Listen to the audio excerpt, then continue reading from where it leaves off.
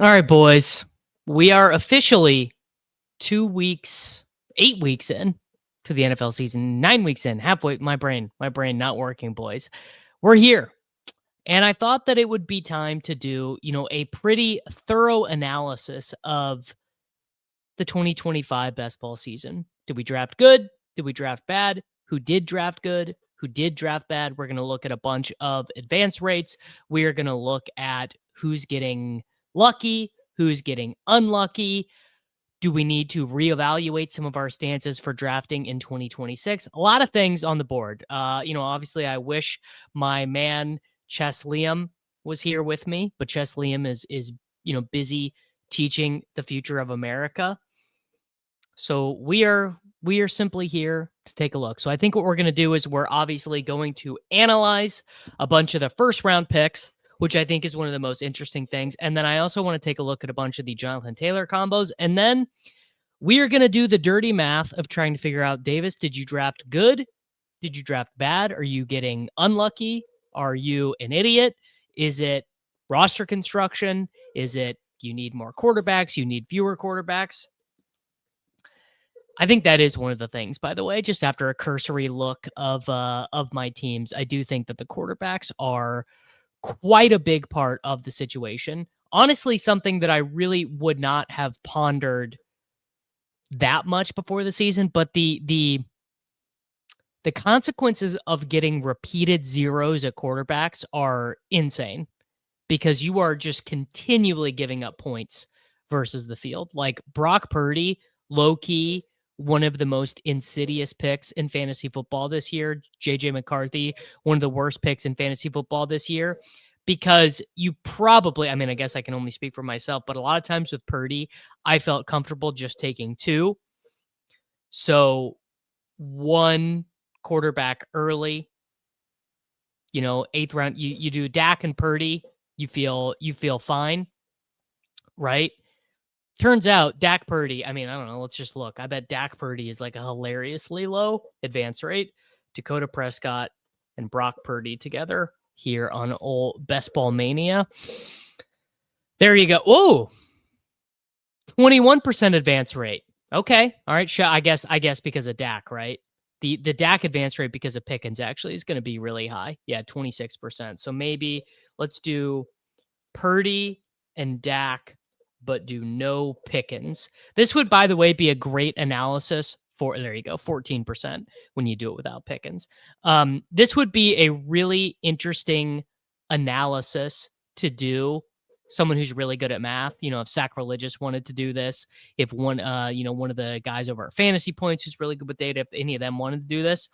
I know that Sacrilegious has done this before, where he's basically tried to pull out that, like, was a player a good or bad pick, regardless of who they were most likely drafted with. Like the guy Best Ball Muse on Twitter posted this the other day. But Jerry Jeudy actually has a positive advance rate, not because Jerry Jeudy is a good pick, but because of the types of players who are likely to be drafted with Jerry Jeudy. So look, you go. So Jerry Jeudy, but then you do Jerry Jeudy without Jonathan Taylor, and then he goes to an 11% advance rate. You do Jerry Jeudy. What's another boomer ass pick? You do Jerry Jeudy without Josh Jacobs, and it's going to fall even further. Yeah, 9%. 9% without the two boomer picks over on that left side of the board. So let's just do, because I've not done this yet, let's just start going through the first round picks. So we have first off Ja'Marr Chase, and I'm expecting Ja'Marr Chase to have a pretty high advance rate. Yeah, 25% advance rate. Yeah, Jeudy is also probably with CMC a fair amount, probably with Gibbs a fair amount. CMC going to be a really high, obviously like one of the absolute highest advance rate guys. So Ja'Marr Chase does in fact have a very high advance rate. Well, would you actually say it's that high? Jerry Jeudy at 25%. Jerry Jeudy is definitely a boomer pick, because this is what passes into your mind when you're taking Jerry Jeudy. You're like, okay, I have 3 running backs already. I don't have any good wide receivers. I at least know Jerry Jeudy is going to be out there, so I'm going to take Jerry Jeudy. So Jamar Chase is a 25% advance rate. If we do it without Joe Burrow, I bet it gets way higher. Yeah. So Jerry Jeudy goes from a 25% advance rate to a 29% advance rate. Pretty massive there. Honestly, maybe this is just happening. Maybe this is just a me thing. As of right now, I'm actually having like a hard time recalling who the first round was. So I need to pull up a Best Ball Mania draft board, which I will do right now.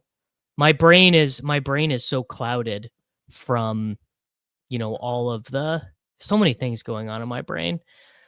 All right. So Jamar Chase is a 25% advance rate guy. Bijan Robinson, this one will be a little bit interesting. What will the Bijan advance rate be? Bijan is 26%. I wonder what he is without Jonathan Taylor. Bijan without Jonathan Taylor, basically average advance rate. The guys on the left side of the board, at picks 1, 2, 3, 4, they're actually going to have slightly higher advance rates because of their likelihood of being combined with Jonathan Taylor. All right, so positive advance rate for Bijan. CD will be interesting because how often is he paired with Pickens? How often? Okay, so only 16% for CD. And then if we remove George Pickens, he goes down to 13%. If we remove Jonathan Taylor, of 39,000 Jonathan Taylor teams, this is blowing my mind.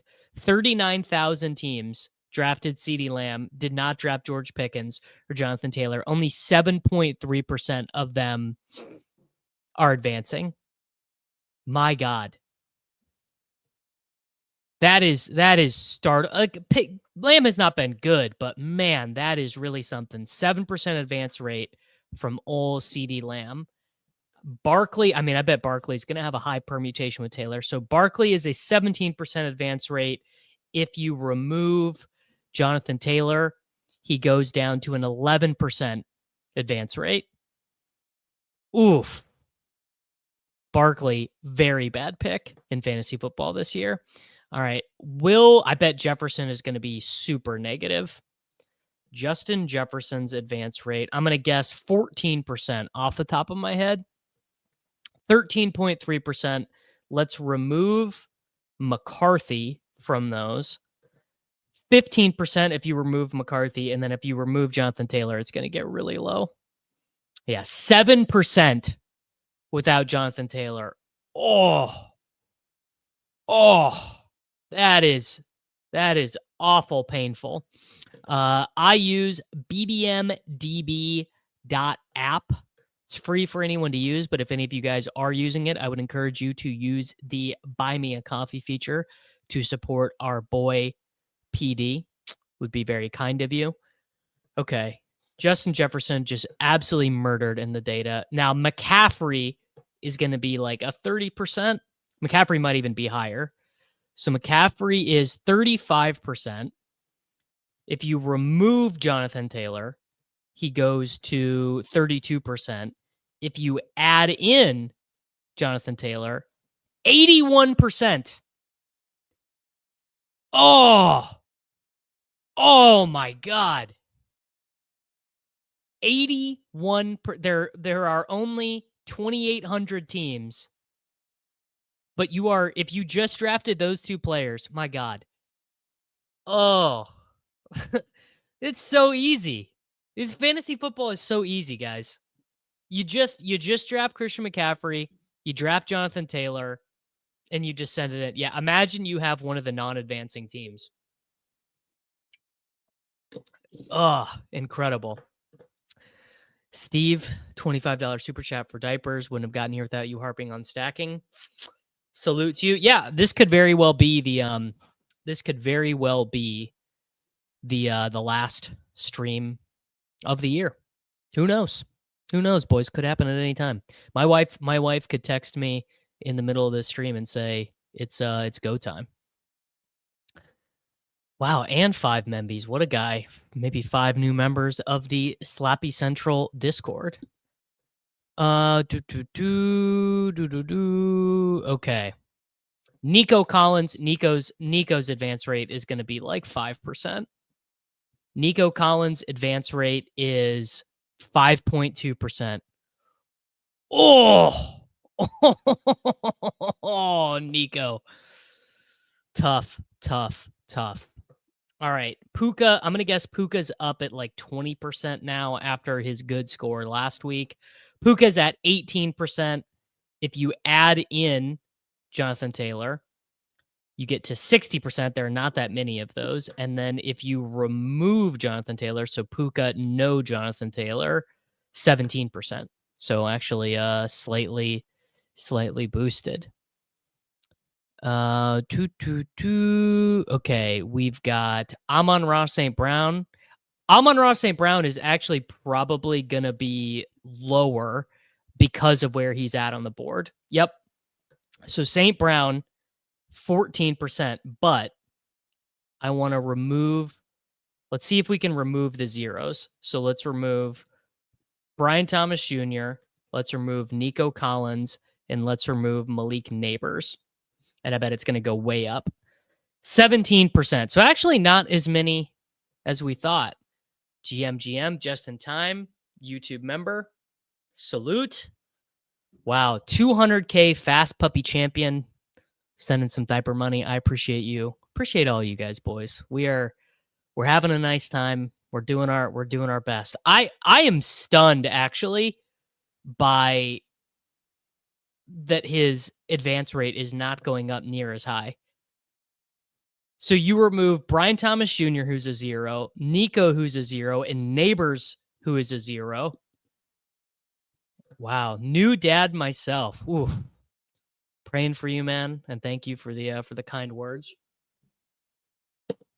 All right, let's remove Genty from this and see if it does anything. So that removed 12,000 teams. So I guess really the answer is St. Brown just has not scored that many points. I guess at the end of like St. Brown has been good, but certainly not great. He had the one mega nuke game. Neighbors advance rate is going to be like 3%, 6% for Neighbors. And I guess let's just do Genty. Genty 9%. That's kind of interesting. I guess he just has not had that many. He just had the one explosion, really. Appreciate you, woo woo J Train. Hope your dinger season went well, brother. Yeah, I absolutely would have thought St. Brown would have been higher. But the thing is, if you think about it from a draft board perspective, he was never paired with Jonathan Taylor. Like, how many Amon-Ra Puka teams are there? There are... That is not right. There are 52,000 Amon-Ra Puka teams? Is that right? 52... It's that common? Yeah, that is not right.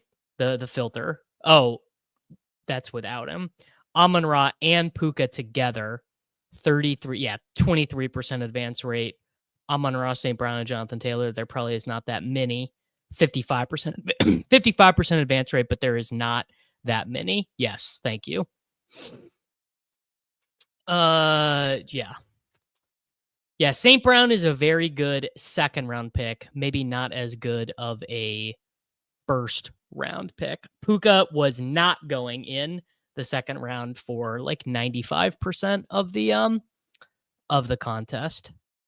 But he definitely was for like that time when Stafford's back was injured. I wonder how many BTJ JT teams there are. I bet there's at least one. Brian Thomas Jr. and Jonathan Taylor. 796. And wow, one of them is our boy Dave. Justin Fields, Bo Nix, Daniel Jones, Jonathan Taylor, Kyron, RJ Harvey, Tyler Algier, Rico Dowdle, BTJ, Garrett Wilson, Chris Olave, Shakir, Michael Pittman Jr., Legat, Franklin, New Jet, AD Mitchell, Jake Ferguson, and Dalton Kincaid. All right, well, here's the question, folks. Would we buy this team for $100? Are we buying our boy Dave's team for $100? I think I'm leaning yes. Think I'm leaning yes on that one. Okay. So that's the first round, guys. I think we should look at the elite tight ends, because that is so much of the conversation. The tight end advance rates. Dude, you can't take an elite tight end. I'm sure there are some JT Puka JSNs. Let's see. Puka, Taylor, Jackson, Smith, and Jigba. There you go. There are 140 of them. They are advancing 85%. Simply draft the best players. Yeah, I would assume Rico. I'm gonna assume that Rico Dowdle has like a 42% advance rate, 35%. So a lot of guys with bad teams with Rico, which is kind of interesting, because I really would assume that he would be one of the absolute like guys you had to have. So I actually want to begin with this. How many Gadsden teams are even out there? I know I have a couple. Aronde Gadsden, there are 3,464, only a 23% advance rate. And we'll go user Davis Mattek. There you go. Not advancing either one of them. This one was from 728. It's got Baker Mayfield, Bo Nix, and Daniel Jones, Derrick Henry, Amarian Hampton, RJ Harvey, Byshell Tootin, and RIP Miles Sanders, RIP Malik Neighbors, very bad pick in Worthy, mediocre pick in Waddle, good pick in Igbuka, bad pick in Downs, bad pick in Mims, bad pick in Bryant, good pick on Jake Ferguson. Maybe this team can find a way to salvage. So, like, this is an example of a team. Do I feel bad about anything on this team? Like, am I stupid or bad for having drafted this team? Is it like, am I a bad fantasy football analyst for having this be a Gadsden team? I don't think so. It just basically just didn't work, you know? Like, it's just one of the, it's just one of the teams that doesn't.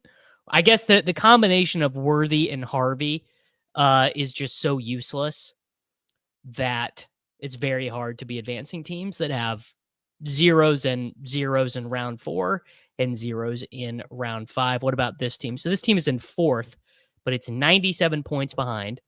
So Kyler, really bad pick. Herbert and Daniel Jones, good picks. Bijan, Hampton, Cook. So Blue, Bigsby, combo zeros. Golden was a bad pick. Trey Harris was a bad pick. Nolan was a bad pick. Mitchell was a bad pick. And Njoku was a bad pick. Yeah. Like, this is a team that, like, you can't win drafting this team. But you really probably only made 2 bad picks. Like, really, I would say, well, I mean, David Njoku wasn't a very good pick. So, I don't know. I don't feel that bad about drafting this team either. I mean, obviously, it would look a lot better if it had Rico Dowdle instead of Jaden Blue. Like, if this team had Rico Dowdle instead of Jaden Blue, it'd be a good team. So I guess you should have just drafted more Rico Dowdle. And, like, I guess who was the winning team on that? I guess Diggs has been better than Golden. Michael Pittman Jr. Could have taken Michael Pittman Jr. instead of Matthew Golden a lot on that turn. I guess you could have taken... Sometimes you could have taken Igbuka. Probably could have taken Igbuka on this team. When was here? I can actually click on the draft board. So I did what? I took Golden over. I guess Shakir would have been a better pick. Frankly, I guess Laporta would have been a better pick. Yeah, Igbuka. So there you go. There's a mistake. Could have taken Igbuka went at 801 in this draft. Could have just taken Igbuka instead of Matthew Golden. Well, the issue is it turns out that Matthew Golden is not very fun. Having a big Matthew Golden position, not a very fun position to be having in fantasy football this season. Love the draft board view, by the way, PD. So Gadsden overall has a very high advance rate, but just is not being drafted all that often, 23%.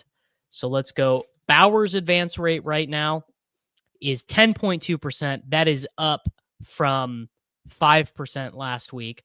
I believe I am 0 for 28. Yes, 0 for 28 on Brock Bauer's teams currently. I have 1, 2, 3, 4, 5, 6, 7, 8, 9, 10, 11, 12, 13 Bauer's teams that are within 100 points of striking distance. If you could flip all your exposure from one player to another in a similar range, what would you do? I guess I'd flip all my Hampton exposure to someone who's not dead. So I guess who is a running back who is not dead where Amari Hampton was drafted? I would flop all my Amari Hampton to Kyron Williams, I guess. So let's see. All right, just a random. This one's 100 points behind. Random Bowers team.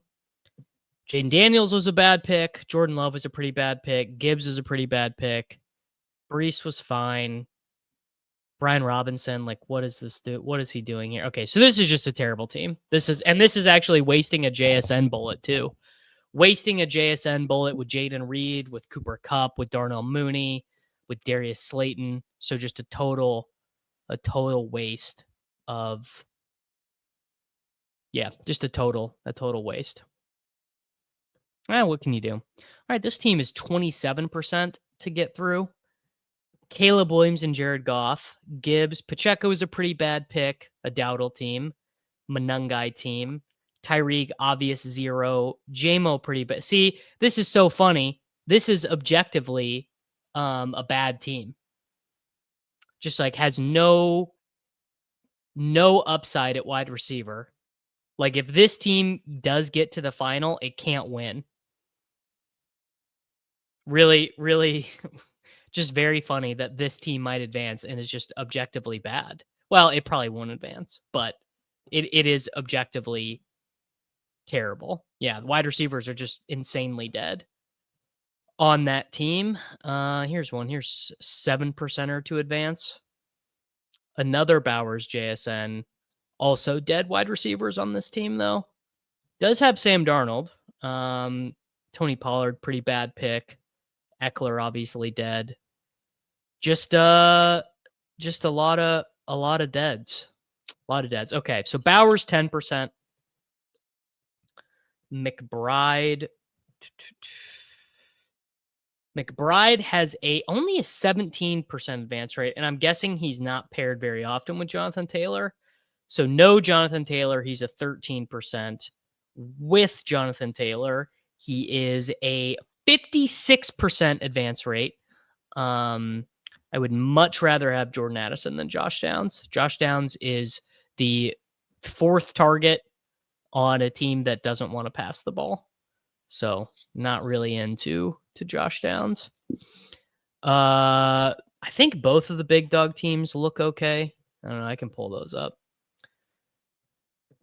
This one is in 4th. It is in 4th by what? How many points? It's in 4th by 50 points. Oh, but 3rd advance. It has Mahomes and Bryce Young, Derrick Henry, Jordan Mason, Sharp. Oh, Scattaboo died. So maybe not. Actually, it probably won't advance because it doesn't have a running back 2 now. Puka, Tet, it's got a Worthy 0, got a Pearsall 0. Does have Igbuka. Coker came back. Tesla 0. That one could maybe be okay. We'll see. Needs a lot more out of the big dog. Not a ton of good running backs there. And then this one is only down by 11 points with Herzig. And we have Bo Nix and Jordan Love. Do have a Richardson 0. Chase Brown, who came back to life. Josh Jacobs, Tajay Spears, Tyler Algier, DJ Giddens, and around 18 Bill Krosky Merritt. Jamar Chase, Jalen Waddle, Cortland Sutton, Matthew Golden 0, Jaden Reed 0, Pat Bryant 0, Adam Thielen 0, Travis Kelce, and Kyle Pitts. So that one could maybe get there. We'll see. We will certainly see. Should we just stay away from Green Bay next year? I mean, I don't really believe in low advance rate pieces with upside. I just want to pick the good picks. Not speaking as someone who never is going to advance any teams, you really want to just advance. I think we need to recalculate wide receiver fragility. They're getting hurt at a decent clip, and with QB landscape pretty volatile, their performance suffers far worse. I mean, that's just not true. Absolutely not true that wide receiver fall off is worse. Why don't you ask Corey Krosky Merritt about that? Why don't you ask Jordan Mason about that? I don't know what other quarterback injuries have there been this year. Who else? Have any other quarterbacks gotten hurt? Why don't you ask Bijan Robinson about that? In his game that he played with Kirk Cousins. You could ask, who else could you ask? What other quarterbacks have gotten hurt? Basically, yes. Okay. Turns out CMC is still good. Sure. Yes. Christian McCaffrey is still good with Mac Jones. Yeah. Henry was obviously much worse with, what's his name at quarterback? I don't even remember. Is it Cooper Rush? Chase Brown dusted off, which was just always going to happen. All right, let's go to. We did Bowers, we did McBride. Now we have to look at Kittle. Kittle's advance rate is going to be horrible. Yeah, George Kittle, 7% advance rate. 7%. Ooh, tough. Maybe it gets slightly better if you do know Purdy. Does get slightly better, but basically no way to save yourself from George Kittle. One of the toughest picks to advance in the pool. And this team negotiated it by adding in Mark Andrews and Dallas Goedert, a 4-quarterback team. Matthew Stafford, Anthony Richardson, Daniel Jones, Russell Wilson. I personally would not buy this team for $100, but I bet this user is advancing a bunch of teams. George Kittle, really brutal advance rate. I wonder what Laporta's advance rate will be. Probably not great. Laporta, 21%. Wow. 21%. I would just not have anticipated that at all. I wonder, I guess because so many,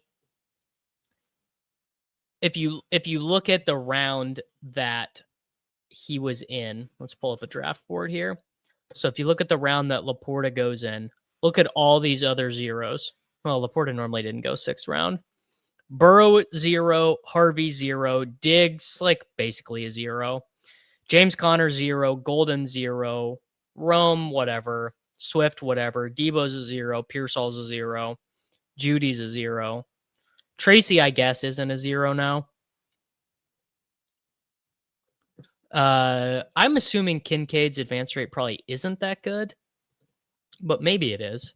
Dalton Kincaid advance rate 21%. Wonder what it is without Josh Allen. Kincaid, no Allen. No, it's the same. 21%.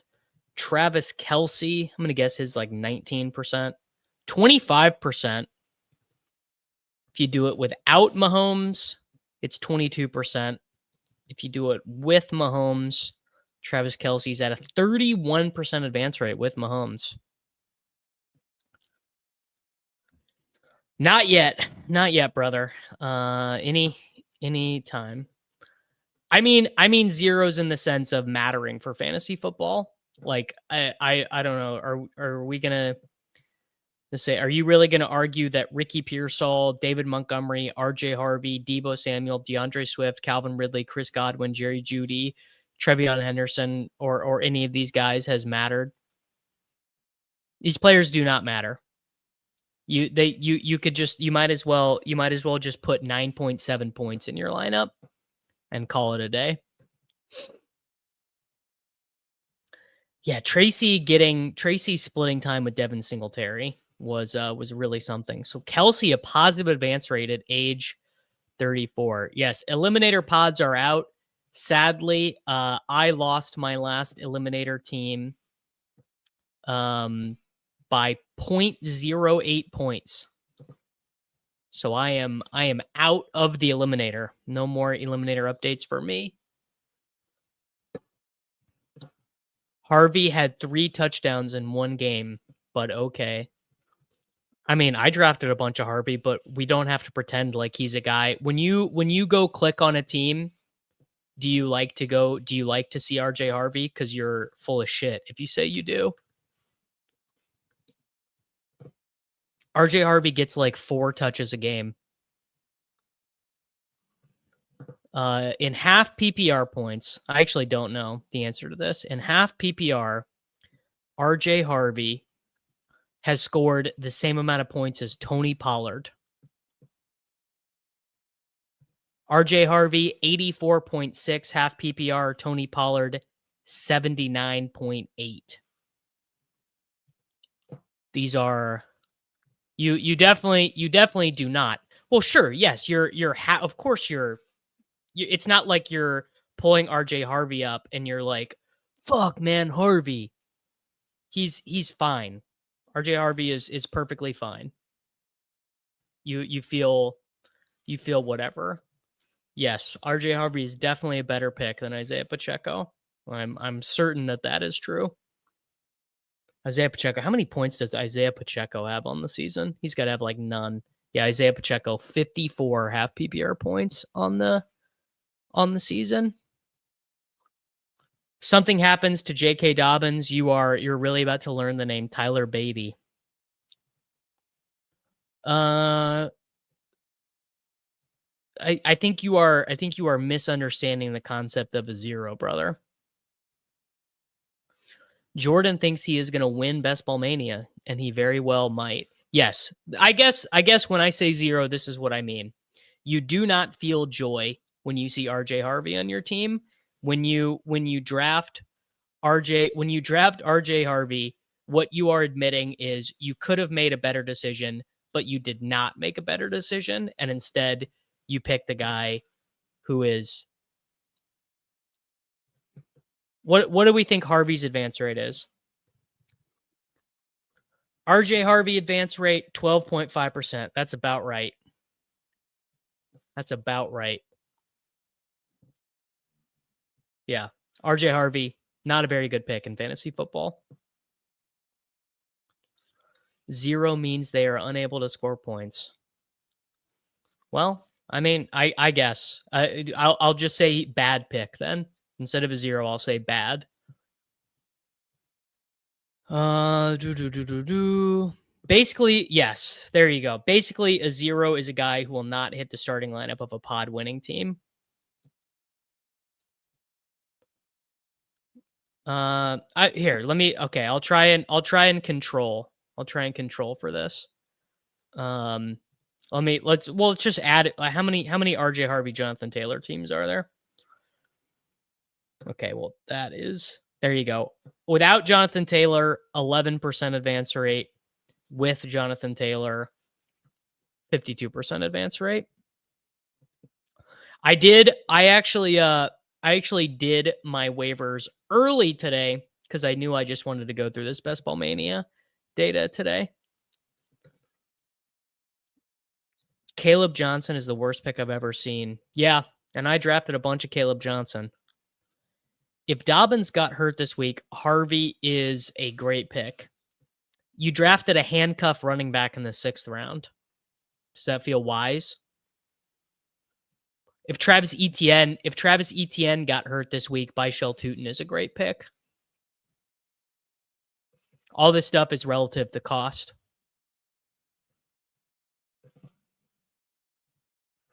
What was I in the? Oh, I was looking at tight end advance rate. I bet TJ Hawk. What is TJ Hawkinson's advance rate going to be? 11% TJ Hawkinson. If I remove Jonathan Taylor, it's going to be bad. 9.1% for TJ Hawkinson. Yeah, Harvey isn't a zero in the same sense that Xavier Worthy is technically not a zero. He's killing you. He's killing you like 90% of weeks, but yes, technically RJ Harvey is not a zero. I actually think Jennings is the case of not being a psyop. I think he just is injured, and Mac Jones has been injured. I think Jennings was totally fine. Jennings especially fine knowing that Brandon Ayuk has not been healthy. Like if we would have had foresight that Brandon Ayuk was not going to play until week 13, Jennings would have gone even higher. Yes. And if knowing today what we knew about RJ Harvey, he'd be a 10th round pick. He is not a good pick in fantasy football this year.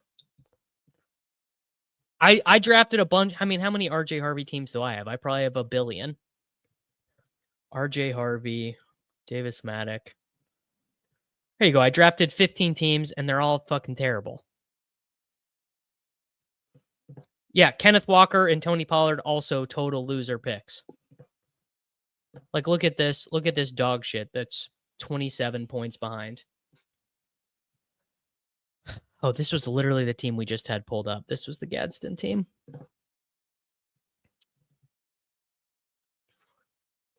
It's more a figure. Yes, it is more a figure of speech. Doesn't need to be a literal zero. They are essentially equivalent to a zero cost. Yeah. Okay. Hawkinson we did. Oh, what is Evan Ingram? What is Evan Ingram going to be?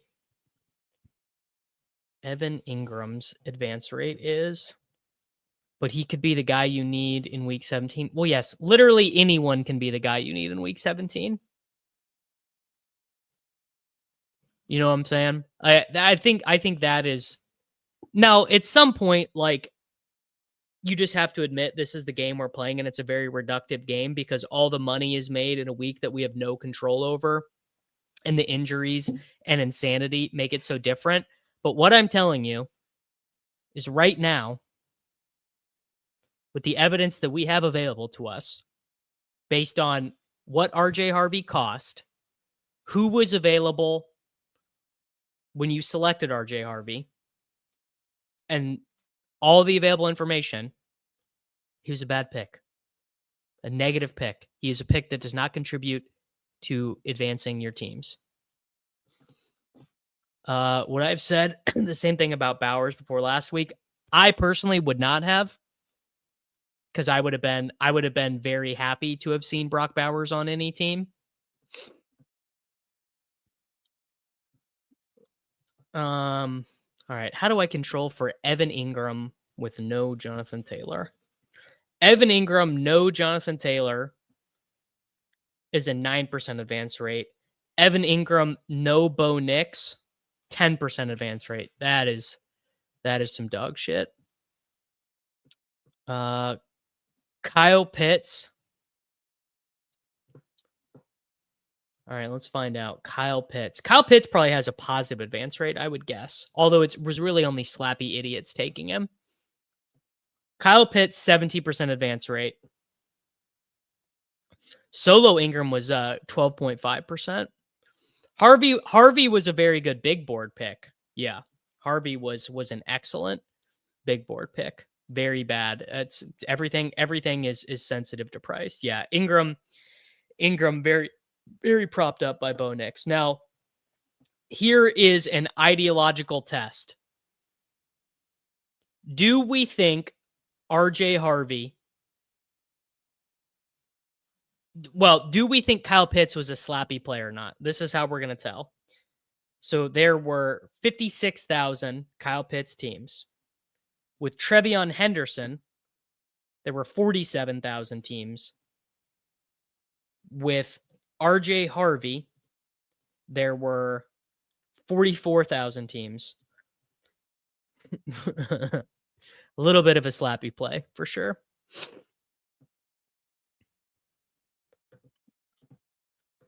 Kyle Pitts is having a good year, bro. Kyle Pitts is having you might not want to hear it. Kyle Pitts is having a good year in fantasy football. He's not like amazing. Kyle Pitts is now like Dalton Schultz, basically. Kyle Pitts has scored 8.2 fantasy points per game. That is the same as Harold Fannin, who we all love. Yes, Pitts reach across the aisle to anyone willing to be heard again. But yeah, Harold Fannin and RJ Harvey, or Harold Fannin and Kyle Pitts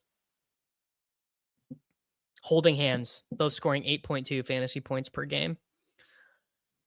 Ooh, Tucker Kraft, that's going to be a sad one. Tucker Kraft is going to have a big advance rate. 24%. I wonder how many I have. Oh, killer.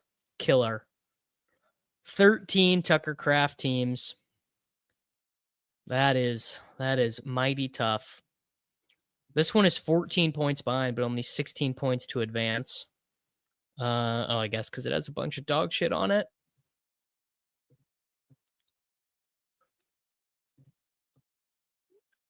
Is there anyone with okay, this is a good question. Is there anyone with a Bowers, Fannin, Gadsden team? None. No teams found. There's going to be a lot of these. There's going to be a lot of Bowers, Fannin. Oh, sorry. That was just me. There you go. That's so funny. That right there is so funny. Bowers, Fannin. Two combos that should be advancing a ton. Bowers, Fannin, Gadsden. Wow. There are only 3 in the entire contest. Mr. Moves. Brock Purdy, Justin Herbert, and he wasted a spot on Jalen Milroe. Jahmyr Gibbs, Amarian Hampton, RJ Harvey, Byshell Tootin, Tyler Algier, Brashard Smith, Tet, Devonta, Pearsall, Michael Pittman Jr., Luther Burden. I'd buy that team for $100, I think.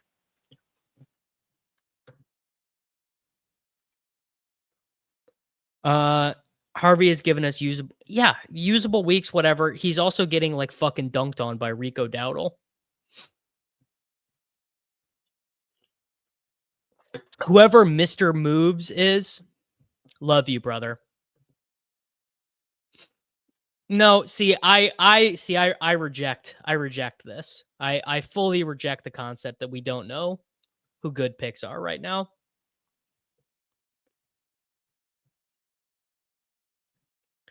Okay, I want to keep looking up tight ends. Jake Ferguson has got to have a crazy advance rate. Jake Ferguson with a 28% advance rate. I bet even when we isolate it without Pickens, it's still really high. What if you do it without Lamb? Lamb with Pickens. 29% advance rate if you took Jake Ferguson and did not take CeeDee Lamb. The flop came and you still have 2 cards left to come. Well, guess what? If you would like to extend this analogy, quite a bit of the time in poker, you have a very good idea of if your cards are good after the flop came. You have a very, very strong idea.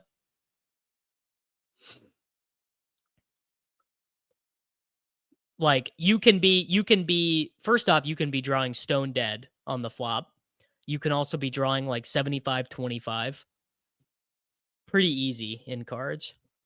I heard you mention you barely lost the Elim. I need to contact Underdog. I mean, you can contact them, but there's nothing that they can do because they do not track their own stats. They pay a stat provider to do it. So you probably have to go to Stats Inc. or whatever if you believe that the scoring was wrong. If you write down who is a good and bad pick and put it in a vault until after week 14, your hit rate may be 25%. I will I'll take that. I'll take that bet, T-Bear. I bet my hit rate would be better than 25%. I bet I could do it with like 70%, maybe 80% accuracy.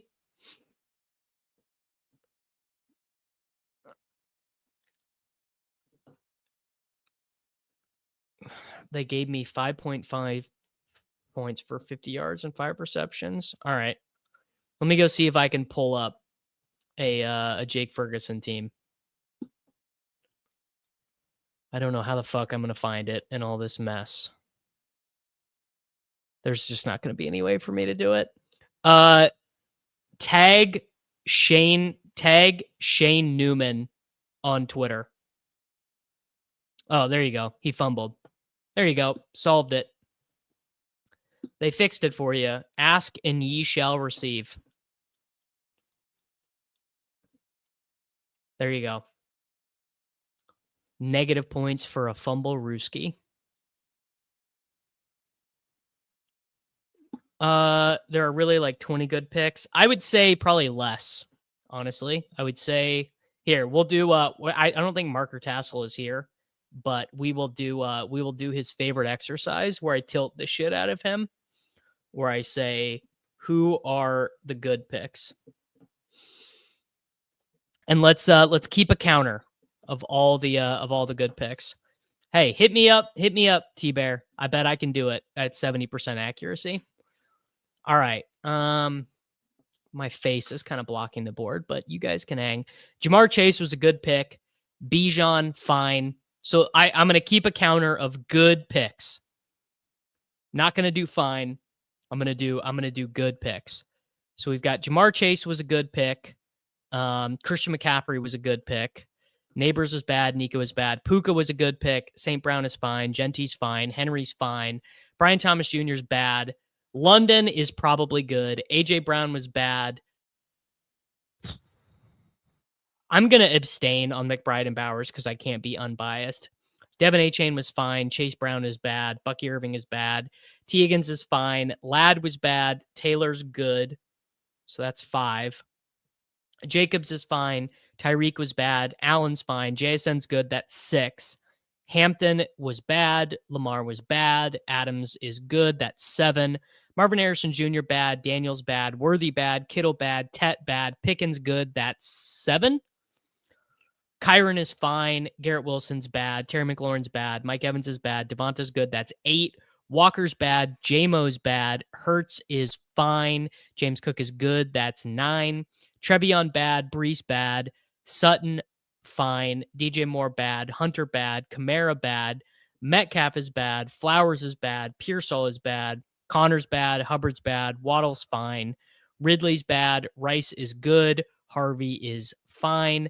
Igbuka is good. Golden is bad. Pollard's bad. Swift's bad. Addison's fine. Judy's bad. Rome is fine. Pacheco is bad. Diggs is bad. Burrow's bad. Debo's bad. Mahomes is good. That's 10. Laporta, fine. Keon, bad. Jacoby Myers, bad. Chris Olave, bad. David Montgomery, fine. Caleb Johnson, bad. Baker's good. That's 11. Jordan Mason is fine. Aaron Jones is bad. Tyron Tracy's fine. Shakir's fine. Kelsey is good. That's 11. Jaden Reed is bad. Ja'Cory Cross-Gamera is fine. TJ Hawkinson's bad. Kyler's bad. Purdy's bad. Jennings is bad. Warren is good. That is 12. Evan Ingram was bad. Mark Andrews is fine. Jaden Higgins bad. Michael Pittman Jr. good. That's 12. Loveland is fine. Bo Nix is fine. Darnell Mooney bad. Shaheed's fine. Downs is fine. Sharps is fine. Fields is a bad pick. Godwin's a bad pick. Warren is good. That is 13 on Warren, I believe. My math's right. Tucker Kraft, sadly, bad pick. J.K. Dobbins, good pick. That's 14. Dak's fine. May's fine. Goff's fine. Love is a bad pick. Cooper Kupp was a bad pick. Etienne's a fine pick. Tank was bad. Bateman's bad. Caleb's fine. Scattaboo, sadly, I wish it wasn't the case, bad. Byshell Tootin, bad. Marvin Mims, bad. Luther Burden, bad. Christian Kirk, bad. Njoku, bad. Kincaid, good. That's 14.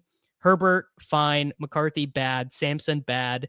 Javonte, very good. That's 15. Eckler's bad. Ramondre's bad. Braylon Allen's bad. Brian Robinson, bad. Keenan Allen, good pick. That's 15. DeMario, bad. Lawrence, bad. Stroud, bad. Penix, bad. Ayuk, bad. Kyle Williams is bad. Bryce Young is bad. Joe Mixon's bad. Josh Palmer's bad. Jaden Blue, bad. Ollie Gordon, bad. Jake Ferguson, good. That's 16. Trey Benson, bad. Chubb, bad. Hollywood, bad. Goddard, good. That's 17. Kyle Pitts, fine. Leggett, bad. Tillman, bad. Dubs, good. 19. Trey Harris, bad. Ray Davis, bad. Najee Harris, bad. Tyler Algier, fine. Hunter Henry, fine. Cam Ward, bad. Strange, bad. Ertz, bad. Ford, bad. Marks, fine. Chigakonkwo, bad. Judkins, very good. That's 20. Wandale, fine. Thornton, bad. Rashad White, fine. Tua, bad. Gino, fine. Io Manor, fine. Tesla, bad. Cooper's bad. Spears is fine. Likely's bad. Coker's bad. Otten's bad. Horton's bad. Stafford is fine. Thielen's bad. Shipley's bad. Keaton Mitchell's bad. Darius Slayton's bad. Taj Brooks is bad. Mason Taylor, bad. Michael Wilson, bad. Troy Franklin, good. That's 21. DeAndre Hopkins, bad. Pat Bryant, bad. Kyle Monangai, good. That's 22. Harold Fannin, good. That's 23. Jonnu Smith, bad. Rico Dowdle, very good. That's 24. Sam Darnold, very good. That's 25. DJ Giddens, bad. Chris Rodriguez, bad. Yoshi Voss, bad. Rodgers is fine. Jatavian Sanders is bad. Theo Johnson's fine. Kendre Miller, bad. Roman Wilson, bad. Blake Corum, bad. Mike Gesicki, bad. De'Ami Brown, bad. Malik Washington, bad. Darren Waller, bad. Taysom Hill, bad. Ray McLeod, bad. Jalen Royals, bad. Justice Hill, bad. Juwan Johnson, bad. No, Juwan Johnson's good, actually. It's 26. Adonai Mitchell, bad. Tyler Lockett, bad. Anthony Richardson, bad. Alec Pierce, bad. Quentin Johnson, very good. 27. 27.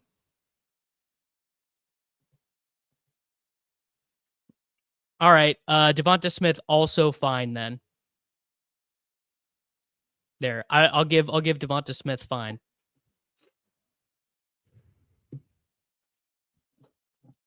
Alec Pierce, doesn't matter. You give Alec, you turn the cards over, you see Alec Pierce, and you shrug your shoulders. Sure, I absolutely agree. I don't disagree. Some of those bad guys will win a tourney. Absolutely. If you knew Worthy would score 30 points week 17, but he would have below average weeks 1 through 14, what is your exposure? I don't know. 10%.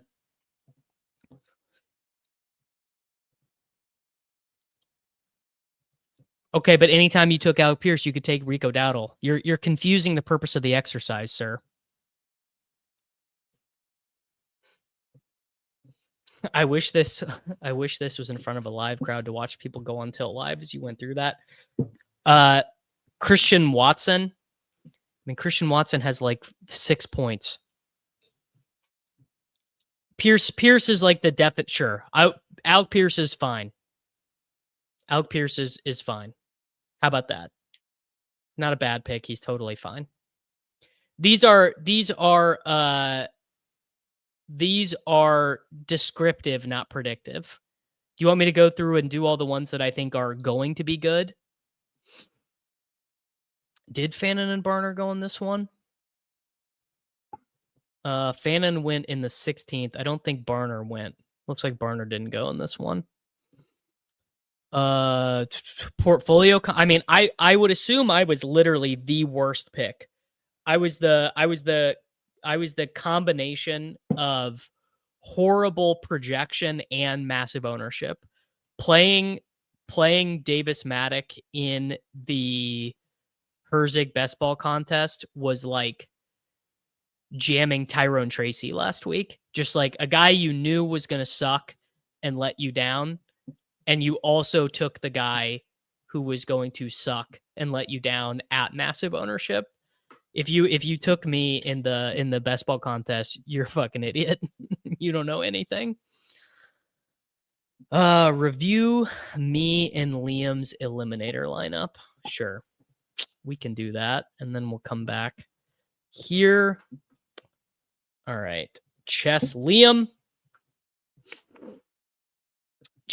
and I are up against DS Council, swapping to Darnell Mooney 2 weeks ago.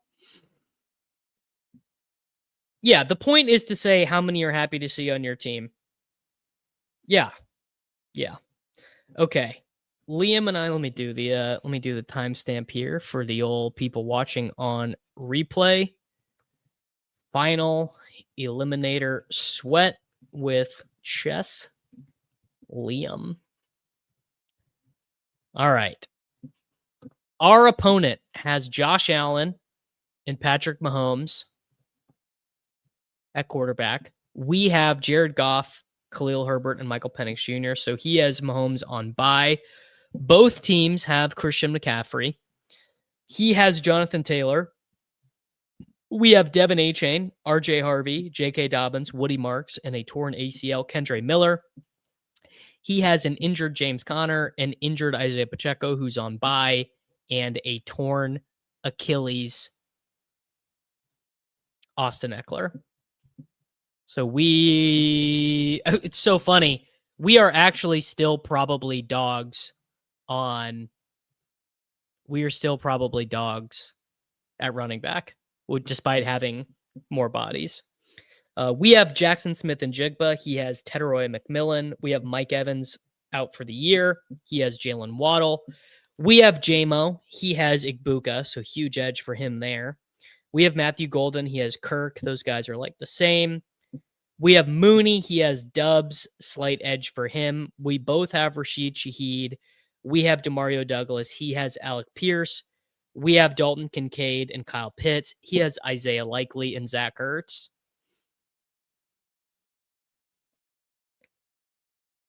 I'm not the same as Golden. Yeah, I guess the way I think about the guaranteed 30 is not necessarily as many points as you think. If it's 50, that's different. Right? 50 is a lot different. How did this team make it to week 10? I mean, dude, he just got a shit ton of points out of his quarterbacks and his running backs. Josh Allen and Mahomes were like probably combined, those guys averaged like 26 points at quarterback or something. He killed everyone with McCaffrey and Taylor. Waddle, Igbuka, Shaheed, Tet, and Dubs have kept him alive. And he really probably has just been getting dusted at tight end every week. Oh, he means our team?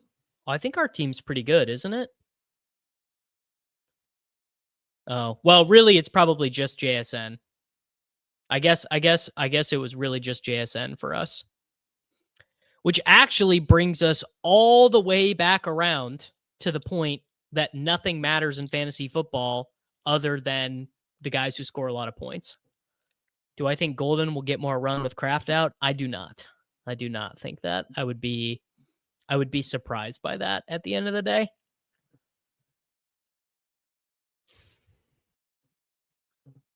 I think the Eliminator really is just I think the Eliminator is a lot about roster construction. It feels like that's the most important thing. Yes. Also, I'm sure there was a week or two where we would have lost without Demario Douglas randomly scoring a 70-yard touchdown on 27% of the snaps. All right. What do I want to do now? Let's go look at some of the rookie advance rates, actually. So let's go Trevion Henderson. Trevion Henderson has an 8.5% advance rate. 8.5%. That's very low. RJ Harvey. Shout out to him. RJ Harvey, 12% advance rate. I wonder if you remove Bo Nix. If you remove Bo Nix, it goes down a little bit. And if you remove Jonathan Taylor, it probably won't be that many overlapping. If you remove Jonathan Taylor, it does go down to 10%. It's so funny how the whole of everything is explained by Jonathan Taylor. The whole it's all everything that happened in best ball this year is where were you at on the board relative to Jonathan Taylor and how often were you paired with Jonathan Taylor? Build a slappy team. Okay, what were the slappiest picks? Just the purest slap. The purest slap advance rate. So obviously, oh yeah, Ibuka would be very high. The JT stuff, he is the highest advance rate player by like 20% after 7 points this last week. Yeah, Tootin. So it's definitely Tootin, definitely Hunter, Jaden Blue, probably.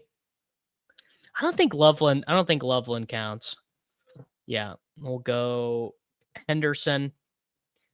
We're probably already getting pretty limited in here. Yeah, there's only 801 of these. Shocking.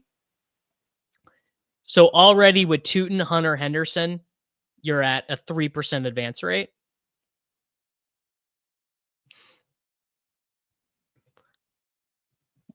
How many?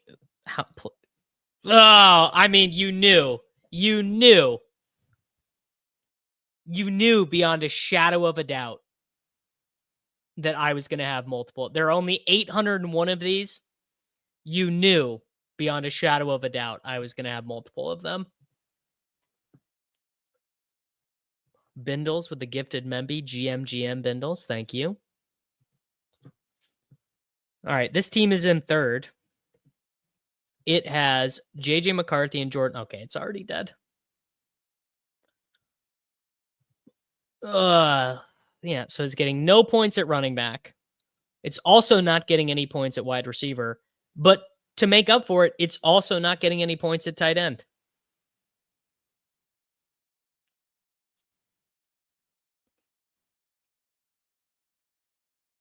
What is the point of this team? Shout out to Trevion Henderson for really doing a good job of handling the load. This is why we rostered you in the Herzig contest. Access to the super slap teams. I believe the far right percentage chance indicates the percent chance that a team advances. I believe that is the case.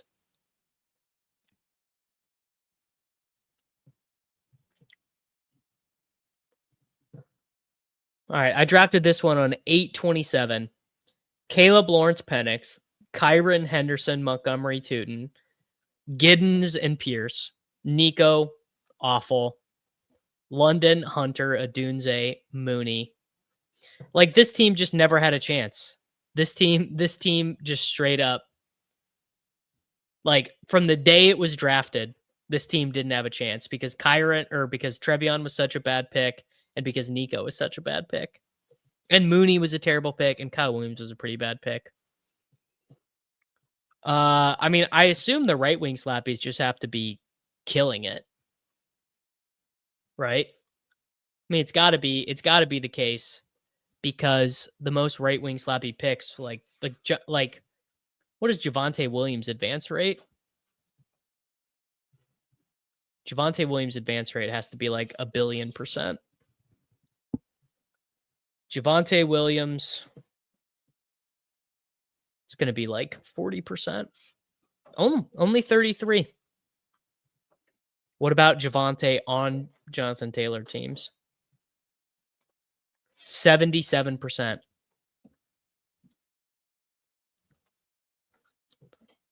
If all you had to do, tell yourself, go back in time. All you had to do was draft 2 players. If you had drafted Javonte Williams and Jonathan Taylor on 150 of your teams, you would be advancing almost 100 teams in Best Ball Mania.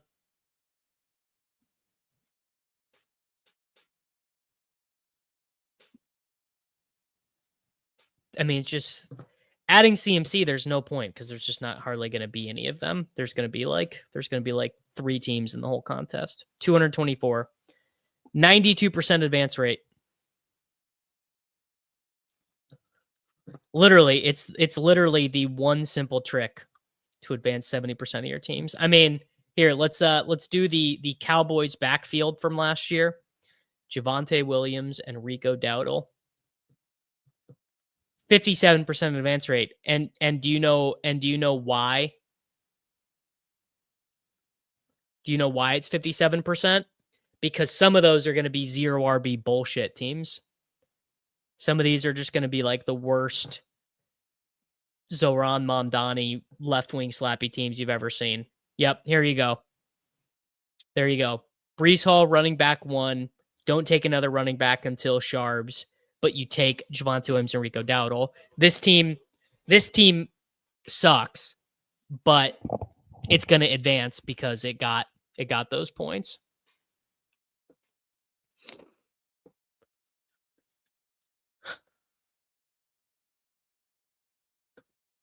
Oreo King, I've seen this team before. It's been up top for a while.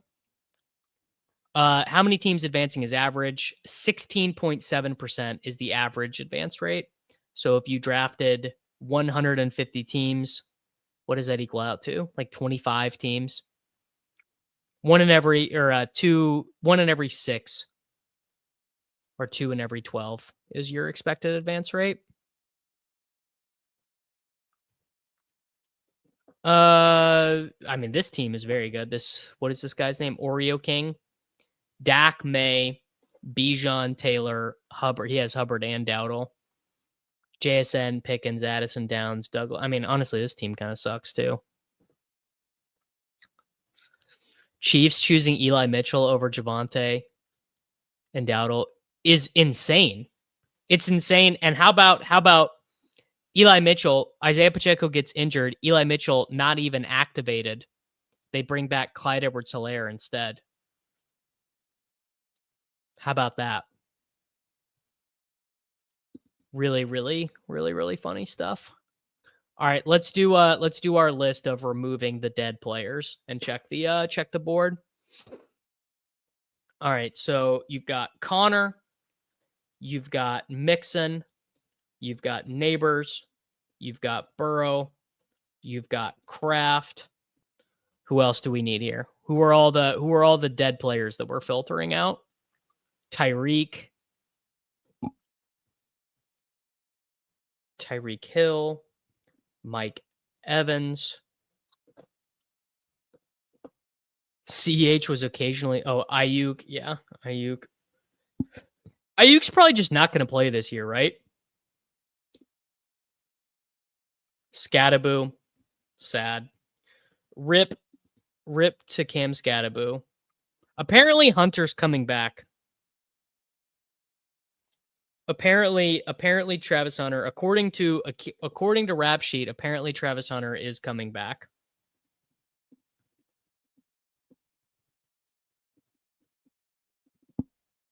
That's what they're saying. Daniels, McLaurin, Jaden Daniels, Terry McLaurin, Cooper Kupp. I think, how injured is Kupp? Eckler. Because I wonder if part of the reason why they traded for Shaheed was because they knew. We will do a version of this filter with all the guys who are performance zeros next. These are just like actually legitimate injured zeros. We'll add more zeros on the next list. This is just the list of guys who are confirmed to be out. Yeah, Jaden Reed. Don't think Jaden Reed's coming back. We'll put Godwin on this one.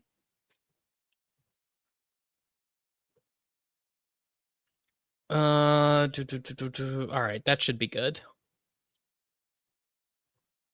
All right, so if you remove James Conner, Joe Mixon, Neighbors, Burrow, Kraft, Tyreek, Evans, Ayuk, Scattaboo, Daniels, McLaurin, Eckler, Najee Harris, Jaden Reed, and Chris Godwin. Yeah, according to reports, Kansas City offered a 4th-round pick for Breece Hall, and the Jets told him, get out of here. So if you avoided those zeros, you advanced 23%. 23% of your teams if you just avoided those guys. All right. Now we'll put the zeros on there. So Braylon Allen, Worthy, Godwin. I already put Chris Godwin in there. Caleb Johnson, Brock Purdy. Who else? Who else is basically a zero? Brian Thomas Jr., Brian Thomas, Pearsall, definitely a zero. Bucky, I don't think count. Oh, Chuba for sure. Chuba. Yes, I mean, avoid every single zero to advance 23%. Draft Jonathan Taylor to advance 55%. Yeah, zeros don't matter near as much as having the guys who count. Judy. Ken Walker, really bad pick. Just guys you don't want to see on your teams. Is 23% even a lot?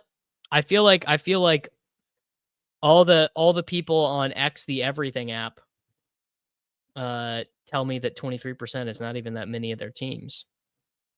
Kamara, sure. Pacheco, Golden. I don't think AJ Brown counts. AJ Brown just had like multiple good games in a row. Sure, Richardson. Hawkinson, yeah, Hawkinson's a good one. Trying to think who else. I mean Henderson basically. See, I think Kyron is basically a hit. I mean, given the state, yeah, Kyler is a good one. I kind of think that Kyron Williams in the state of the National Football League right now. Can't count Tracy. Can't count Tracy. He's at least gonna have an opportunity to score points and probably not kill you. Jaden Blue.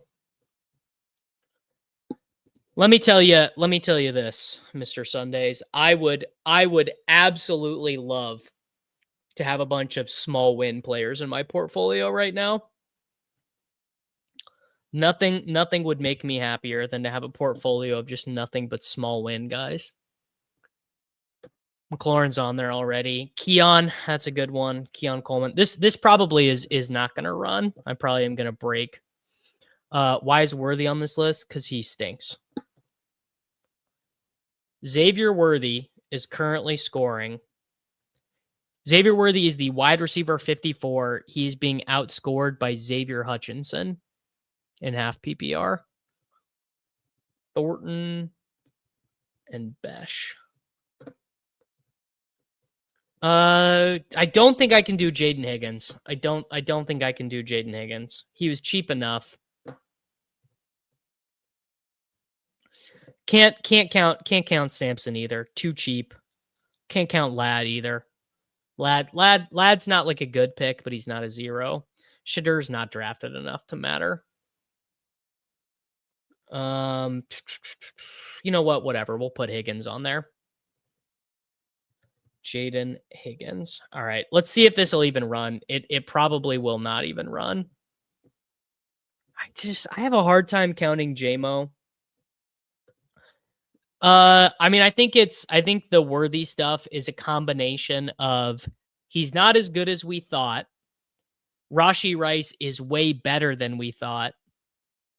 And he also has an injured shoulder. Also, apparently, the Bills defensive back who was tasked with guarding Xavier Worthy this last weekend said he was dogging it, and that if he is not scheduled to be getting the ball, like if the play call does not involve him, he just totally dogs it and doesn't care.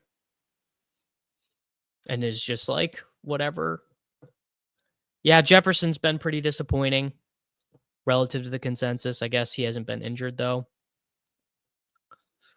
Yeah, I agree. I agree with this. JMO is basically what we always thought, but people were willing to take him a little bit higher in case it was more. RJ did not make the list. This list isn't going to run either because I am asking my boy PD to do too much, which is okay. Yeah, it's both Worthy is not very good and he's hurt. All right. Let's just rip the Band-Aid off. Let's go look at my portfolio of fucking terrible teams and figure out if there's any way, is there any way we can get to the promised land of 16.7%. I'm guessing probably no. Very funny that Brock Bowers is one of my 3 most drafted players. No, it did not already run. That was the last one. It did not already run. All right. Okay. So I'm advancing 14 teams. Let's see if any of these have any chance. Here's my highest scoring team. Dak and Caleb, Taylor and Bucky, DeAndre Swift, Dylan Sampson, Ja'Cory Krosky-Merritt, and Kyle Monangai. Lamb and Pickens, DJ Moore, Chris Olave, Christian Kirk, Keenan Allen, De'Ami Brown. Definitely something poetic about De'Ami Brown being on my eyes. Okay, we'll go back. We'll go back. I left too quick. So honestly, this team is not any good. But whatever. You know, you're a Cowboys stack in week 17 with a Ja'Cory Krosky-Merritt bring back. Let's see if any of these teams can get there. So PD says there's a 24% chance that this team advances. I'm guessing because of injuries. Yeah, it's a Burrow team. This team stinks. No good players on that team. All right, 24% chance that this one gets in. Mahomes and Love. Oh, fuck. Scattaboo. Tough. So this team just has no running backs. Jacobs, Ken Walker. Yeah, so just has no running backs. Also, Tyreek Hill is injured. Also has Jaden Reed out. Also has Jack Besh for no reason. So that one's probably not getting in. This one's 49% to get in. Okay. Jalen Hurts, Drake May, good. Bijan, Warren, Dobbins, fine. That can get you there. And then zeros and Ford, Brashard, and Hunter. AJ Brown with Hurts, Jalen Waddle, Jordan Addison, Diggs, Kyle. God, dude, what was I doing with Jack Besh, man? God.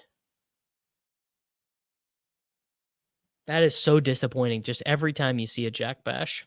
All right, this one's 27 points behind, but 0% to get through.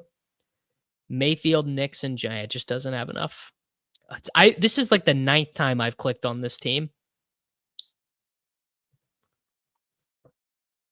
What's my lowest one that has a percentage to get through?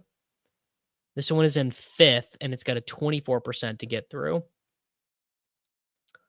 Caleb Williams and Jared Goff, Gibbs and Pacheco. So Pacheco 0. It does have Dowdle and Monangai. Tyreek. Every Tyreek team could have been a JSN team. Tyreek, JMO, McLaurin, Addison, 0 from Ayuk. Romeo Dubs, keeping the team alive, and then a Bowers Loveland team. I assume that none of my teams are good enough to advance an injured player. What's my lowest rated team that PD says has any chance to advance? All right, 1%. PD says this team that is 155 points behind. Purdy, McCarthy, and Geno. McCaffrey, Pollard, Warren, Bigsby, Marks. Adams, Rashee Rice, Calvin Ridley, Ricky Pearsall. This team fucking sucks. This this really does just make me think. When was this team ever a good idea? How did I ever think that the combination of taking Calvin Ridley, Christian Kirk, Dante Thornton all together would be okay?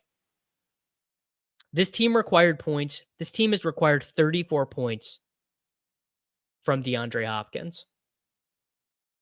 Unbelievably bad. Just playing bad, so bad. All right, that team is 1% to get through. This team is 10%, drafted on August 12th. Allen and Darnold, pretty good. Gibbs, Trace, another fucking Jaden Blue team. Terry McLaurin, 0. Christian Kirk, 0. Josh Palmer, 0. De'Ami Brown, 0. What is the point, dude? What is the point? Yeah, Gibbs and Dowdle ain't saving this team, brother. That team is dust. It's so funny.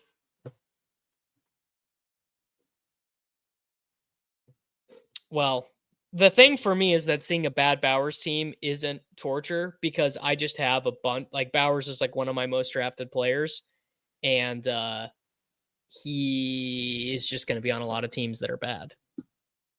The main reason that Brock Bowers teams are bad is because they were not Jonathan Taylor teams. All right, this is a 4%er. Bryce Young, Cam Ward, Jackson Dart. That is the worst quarterback room I've ever seen. Gibbs, Judkins, Tracy, Sharbs, Dobbins. So 6 live running backs. Rashi and Worthy. Flowers, Addison, Higgins, Trey Harris, Coker, Manor, Bowers, and Warren. Yeah, this is another thing, is I just really was not liking to draft James Cook. I don't really think this does anything. I don't really think that doing the right wing slappy thing, because the right wing slappies are not having a good year either. They just hit on one of the guys who really mattered.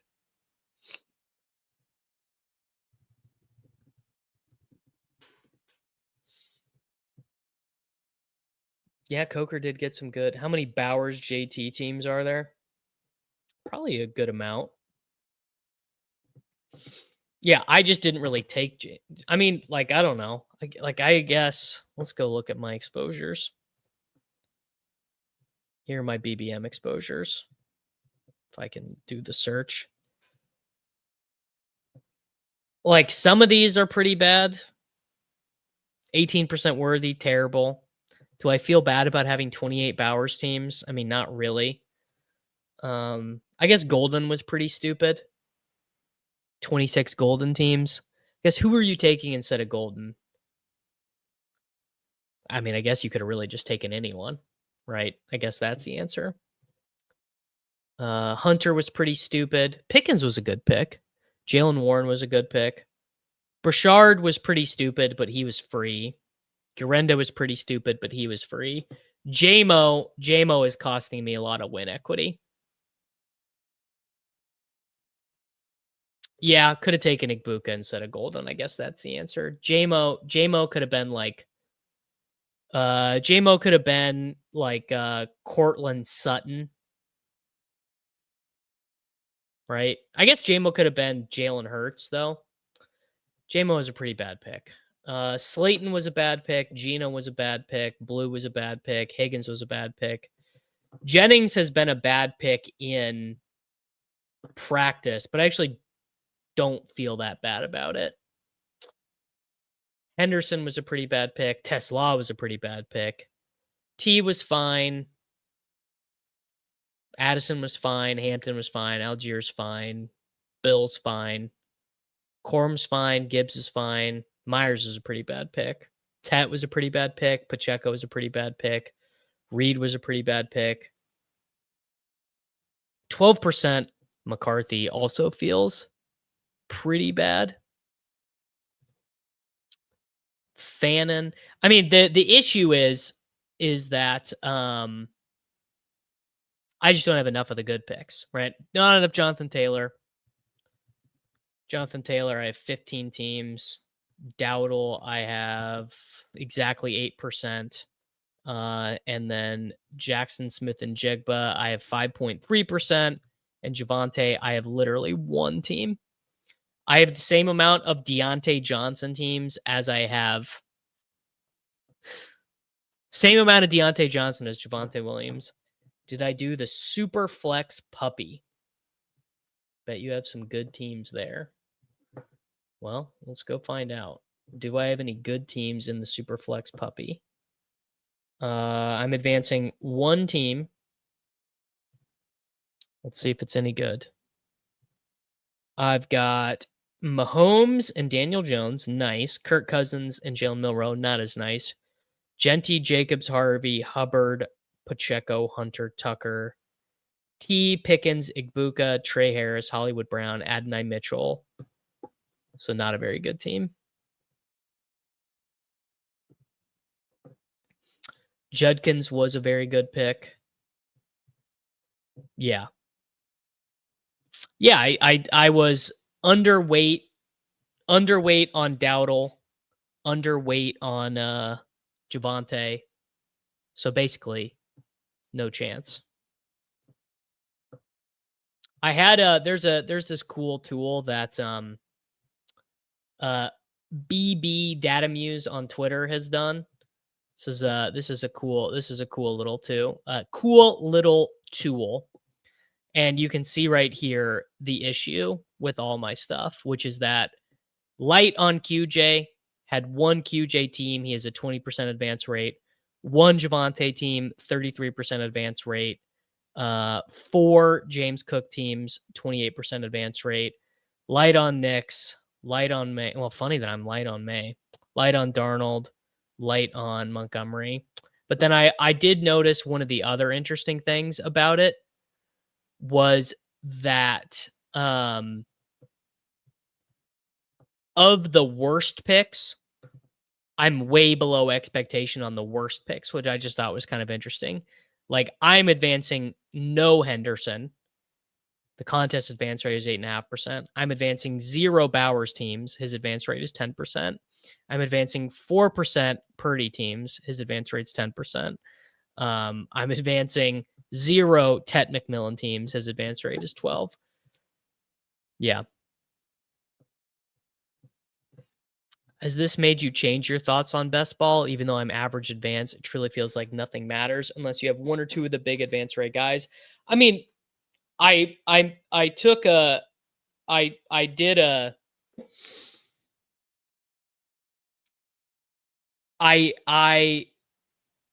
changed my strategy up pretty considerably from 2024 to 2025. The issue with that is if you have flatter exposures across the board, you are also going to have flatter exposures to the guys who really matter. And if your small stands that you do take are not the guys that matter, you're just not gonna win. I don't think you have to use Twitter to use that tool. No, it is if you go to bbmportfolio.com. There you go. bbmportfolio.com. Underdog is way sharper. Maybe I'm it's more about on Underdog, it's more about the differences between half PPR and full PPR. That's actually a good reminder. I did actually, before the stream, I did a little bit of prep work on Best Ball Explorer. So you can't see how many teams you're advancing on Best Ball Explorer for whatever reason, but I did pull my stuff up so at least we can look at my portfolio on DraftKings. There is only one team with JT, JSN, and Bowers, and it's not advancing because it has Burrow. That's very funny. I guess the inverse of shout out to that. That stinks. DK portfolio. So I'm advancing. I know from looking at it, I'm advancing exactly 25 teams on BBM or on DraftKings. I counted it up earlier. These are what's my highest scoring team? Here you go. Here's my highest scoring team in Best Ball Mania is Dart, A-Chain, Montgomery, Higgins, Chase, Pickens, Kincaid, Schultz, JJ McCarthy, Diggs, Love, Corum, Mason, Kraft. Oh, shout out to Kraft. Not even a particularly good team, just happened to be scoring a bunch of points. So I think the reason why I'm advancing a little bit more on DraftKings is Bannon was a good pick, but more that it's just easier to advance teams there because people play so bad. Got a little bit more May on DraftKings, a little bit more Ibuka on DraftKings. Harvey was a little cheaper. Got above the field. Oh, it probably explains it that I'm above the field on Darnold. But yeah, I don't know. A lot of guys are advancing really well. A lot of guys are having a great time. I did think it was very funny that basically I actually advanced fewer teams last week. My advancing teams went down last week after the Bowers explosion. So maybe at the end of the day I didn't even want it. Got some cool data here from that BBM portfolio website. So here are the top advance rate players overall. The top advance rate players overall. So at quarterback, oh, no way to zoom in. So at quarterback, the highest advance rate is Mr. Dimes. At running back, it is Jonathan Taylor, Rico Dowdle, Christian McCaffrey, Javonte Williams. Funny to see Jacobs up there so high. No Kareem Hunt teams for me in BBM. Really high advance rate for Rashad White. Really high advance rate for Travis Etienne. And then some of the things I wouldn't have predicted at wide receiver, guys who have really not been that good, like DK Metcalf. Why does DK Metcalf have a 24% advance rate? DK Metcalf is not having a good season. Why is this dude having a positive advance rate? I just thought that was very funny. Like DK Metcalf has a better advance rate than Ibuka. I guess it probably is because he's on the left side of the board. Yeah, Warren and Rodgers. Yeah, which does just go to show. I mean, your 5th round pick doesn't have a good season, but you guys are right. Alave actually is a positive advance rate player. That one's very interesting. Hollywood is a positive advance rate player because he's paired with Mahomes a lot. Demario Douglas as a positive advance rate player. Only 8. What is that? 1, 2, 3, 4, 5, 6, 7, 8, 9, 10. 10 tight ends with an advance rate above 10%. Well, yeah. I mean, sure. Anyone can get hurt at any time. Yeah, it's always possible. But it just is what it is. Hope to have a winner in there somewhere. And that's really the name of the game. I just like to I don't care how it happens. I don't care if we get how many teams did I draft? Probably a lot. I drafted 1,714 teams. I'm advancing 243. Got 30 teams still alive in the big board. Some of the puppy advance rates got a little bit better. The Little Dalmatian, I'm advancing 34% of my teams because I drafted a bunch of Quinshon Judkins in that one. Randomly good advance rates in the Pomeranian. That must be a 3 advance one. Randomly good advance rates in the German Shepherd. Wonder why that is. Purdy team advancing. Maybe I was just drafting more Bowers.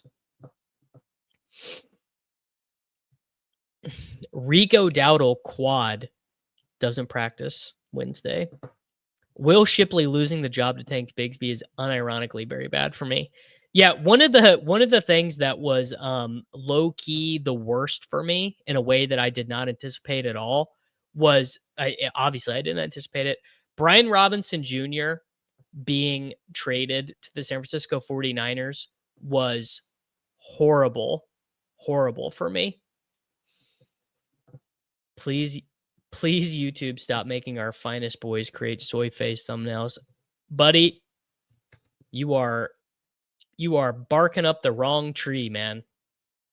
Wish I could help you with that one, but yeah, you got to play the game. Dude, what if we win the poodle? Baker Mayfield, Matt Stafford, McCaffrey, A-Chain, Tootin, Rashad White, Roshan. Oof. Would trade all my Roshan in for Kyle Manungai right now. B-Rob nuked my Gurendo and B-Rob exposure. It's true. Imagine that. B-Rob and Gurendo, 2 of my highest drafted running backs. Tough. Getting 2 teams through in the Husky. No particularly high scores here. Getting some flock contests through though. The most important contest on the website. Do you have any hope for Tootin or Brashard? Well, no hope for Brashard, but Tootin, sure. We tried to tell you. You tried to tell me about Manungai? Probably. Yeah, remember Jordan James? I bet I drafted Jordan James a couple times. The Commanders traded B-Rob just to have no fantasy viable running back. It's true. Although, if Jaden Daniels was healthy and good, Ja'Cory Krosky-Mara would be viable in fantasy. I'm 11.8% per PD to advance this Greyhound team. Not anymore. Not after seeing Kyler Murray on it. Taj Brooks with Pirine might give us 4.3 this week. He could. It's true. You never know. But it's always possible. Anything is possible. No, my truth serum this year couldn't have been any more wrong. I mean, I did say I thought the Commanders might suck, but my truth serum in Pete's video, basically could not have been more wrong. My truth serum in Pete's video was that the nerds have gone too far with the targets per route run stuff, and that we should just be drafting fast wide receivers, and that our targets per route run nonsense doesn't matter. And it turns out I was the exact opposite of correct, that the nerds were 100% right. Oh, the reason why this team is live to advance is because it has Javonte Williams on it. Yeah, JMO Golden Worthy. The basically the 3 worst. I don't know. Who are the lowest advance rate wide receivers? That's a good one. Can I sort by lowest advance rate? Lowest, I want to go sub 1% advance rate, guys. We've got, okay. We have well, Evans, Neighbors, Nico, Brian Thomas Jr., McLaurin, Burton, Mooney. Mooney is a 10% advance rate player. Ty Felton for some reason. Demarcus Robinson for some reason. Man, 8.7% of Brandon Ayuk feels so stupid. Yeah, it's all going to be wide receivers on the right side of the board. Yeah, I mean, I didn't really like drafting Terry McLaurin, which means that I had 6% of him because of. I guess I wish I would have been more properly cowardly about what's his name about Rico Dowdle. Garrett Wilson, yeah, Garrett Wilson could get a lot better if he stays healthy for sure. I don't know, man. I just don't know. Nothing I can do about it now, at the end of the day. I guess that is what it is. Either the teams are going to advance or they're not. And maybe we'll win. Who are the lowest advance rate wide receivers with more than 7 games played? I mean, Nico's played more than 7 games, right? I think he only missed 1. Travis Hunter, 11% advance rate. It's really low. Yes. I mean, I've always believed in this adage, do not draft already injured players. It's one of the most obvious things in fantasy football, but football is a very, very hard game. It's true. It only takes 1. I actually low key think there is room for Adonai Mitchell to score some fantasy points this year. Next year feels like, since the rookie class kind of sucks. No, the key next year will be figuring out who is next year's Jonathan Taylor or Saquon Barkley. Like, it was Jonathan Taylor this year. It was Saquon Barkley and Derrick Henry last year. So what veteran running back that we have qualms about is going to go nuclear? Yeah, you know what? We'll draft a DBQ. Sure. Why not? Get me over to the Dawg Bowl qualifier. Oh. All right. Probably have to enter it on my phone. I did not draft very much Troy Franklin. I did not think that there was a ton of room out there for Troy Franklin. Oh, I mean, yes. If Javonte is what you need next year, then I will happily advance 7% of my teams again and just go from there. All right. We are in a Dawg Bowl qualifier. I had to do it on my phone. Come on in. Water's warm. I guess, yeah, what can be taken from all this? I think, 1, you just need to be more open to veteran running backs who've been bad before or who've been injured before. So Jonathan Taylor, injured before. Javonte Williams was horrible. Rico Dowdle was pretty bad. And then, I mean, Rico Dowdle's a 5th-year NFL player. And then also probably to draft more 3-quarterback teams. That would be one of my top takeaways, is to do more 3-quarterback teams, because some of these JJ McCarthy, Brock Purdy teams, like, theoretically could have been saved with Sam Darnold on them or Geno Smith on them. I mean, I'm sure there will be someone who fit. It's probably like if Josh Jacobs kind of ends the year slow or is injured or whatever, Josh Jacobs will end up being that guy next year, Yeah, Gibbs might fall if, like, assuming that what's his name comes back. Assuming that David Montgomery is on the team again next year. Yeah. Yep. This is basically the way the whole game is played, but what matters for running backs is, what is your path to opportunity? What matters for wide receiver is, are you any good? Which is probably something that I missed with Matthew Golden, is what is like, Matthew Golden I thought was good, but Matthew Golden is not good. And so Matthew Golden not being good basically means he didn't have a chance to do anything.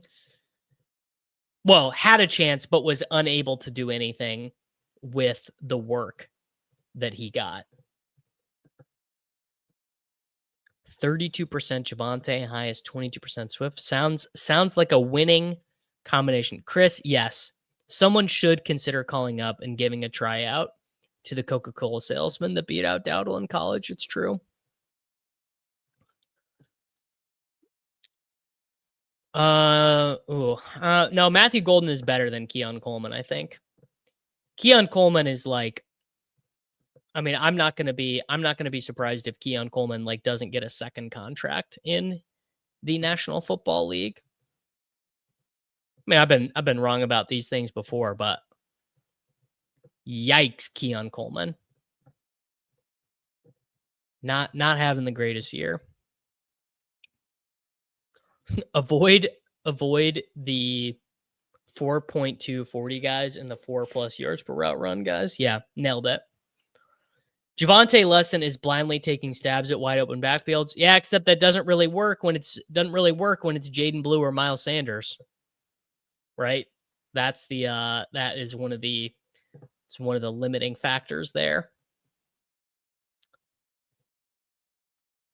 Yeah, no. It's probably more than 3.5 days, Neil. Probably more like 3 weeks. Don't draft running backs who don't like getting hit. Hey, Dylan Sampson had a spike week, man. Dylan Sampson generated a spike week for you. So can't get that mad at him, right? If you have this is actually a better take. If you took 20% Javonte, 20% Blue, 20% Sanders, you're smashing. Do I think I got more fades right than wrong?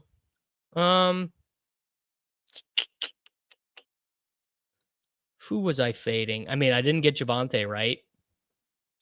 I got Joe Mixon fade right. I got James Cook fade pretty bad. I was a little bit lighter in the field on Nico Collins. I was lighter than the field on Christian Kirk.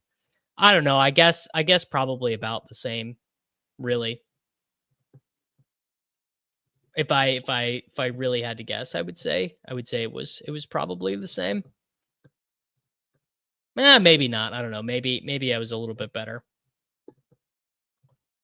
6-1. I think I was 6% McLaurin.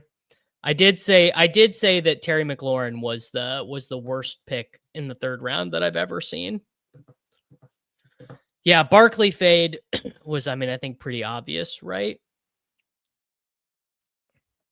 Well, the guy that said Jaden Blue was lazy was a offensive assistant in 2001 or something.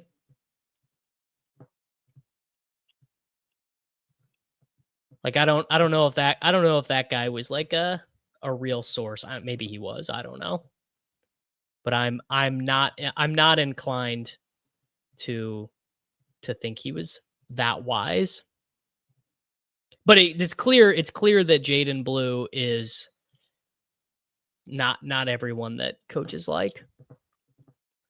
Lots of fading T this offseason. Yeah, I didn't really like drafting the Bengals guys. All right, we got pick 3 in this Dog Bowl qualifier, and we will be selecting an injured James Cook. Apparently, he got rolled up on against the Kansas City Chiefs. Could James Cook be running back 1? I mean, I don't know. I guess if like 5 other guys retired, he could be. I believe James Cook has how many receptions on the year? James Cook at this time has 13 receptions on the season. So I think it would be very hard to get him to running back 1 status. But you never know. I mean, maybe he closes out the year in a truly sensational way, and he ends up being the running back 1. I don't understand why they use him that way.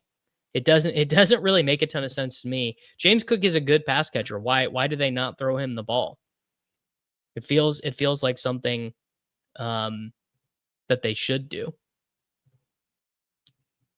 I don't know. I don't know how to.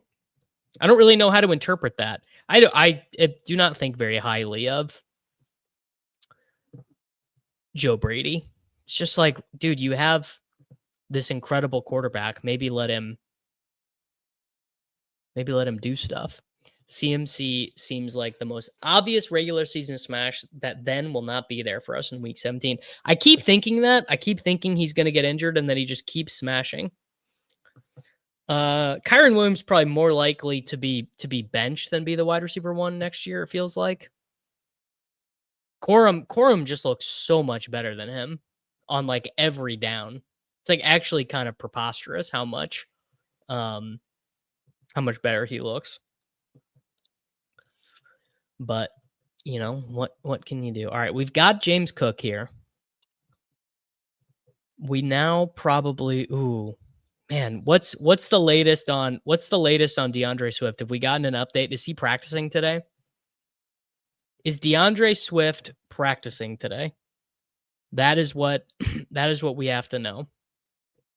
Because that will be a pretty big change for these games. I also have a vomit disgusting pick in these that I don't think other people are going to be making. And I am probably going to get made fun of for doing it, but I'm kind of excited about it. All right, we're up. Waddle, Adunze. Where does Caleb Williams go? Yeah, let's do Rome.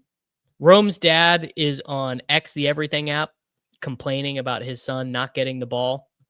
Can we get Rome Adunze the ball, please? I would like that very much if we could get Mr. Adunze the ball. I told you 2 weeks ago you wouldn't draft Vele in a 30-round best ball. You could probably get him in round 25 right now. God, they traded. I cannot believe they traded for Devon Vele. I mean, that is just so funny. To trade away Rashid Shaheed for basically what you gave. It's just you can't beat it. People love Devon Vele. It's one of the things I do not understand about my fellow slappies, but everyone just oh fuck. Dreaming of Sundays, you're smarter than me, you're more handsome than me, you're sharper than me. Shit. All right, let's take David Montgomery. I was gonna take Rachaad White. I thought Rachaad White was sneaky. Man. Did Rome have excellent blocking last week? I hope he did. I hope he was blocking his tail off. Brees Hall for a 4th? Nah, Devon Vele for a 4th? Sign me up. Yeah, not being able to click Rice this week is just like not very fun. It's just way more fun in these games when you can click his name, because he is a pretty fun fantasy option. Thoughts on trading JMO and Goddard for Zay? Feels fine. Probably rather have Flowers. JT is not coming back down to earth. It was just one game. Just one very bizarre game. Daniel Jones turned the ball over 5 times in that game. I don't think there's anything to sweat. If he continues to turn the ball over 5 times, then yes, you should be concerned. But other than that, I think it's probably fine.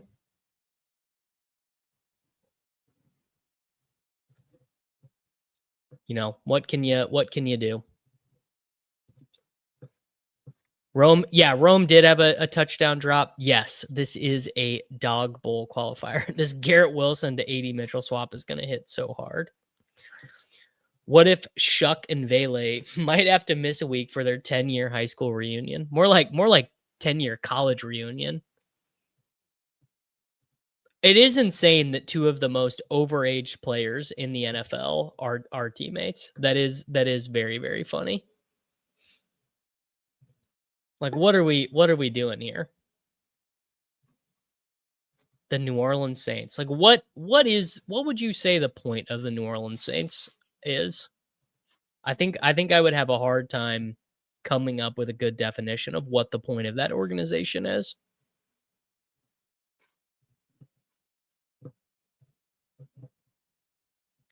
All right, so I'm gonna be. I do like David Montgomery for 12 mans this week. I do think that it seems a little difficult to get 20 out of him though. Well, Kamara did not want to be traded, right? Buddy, it's gonna be any day. Could be right now. Could be tonight.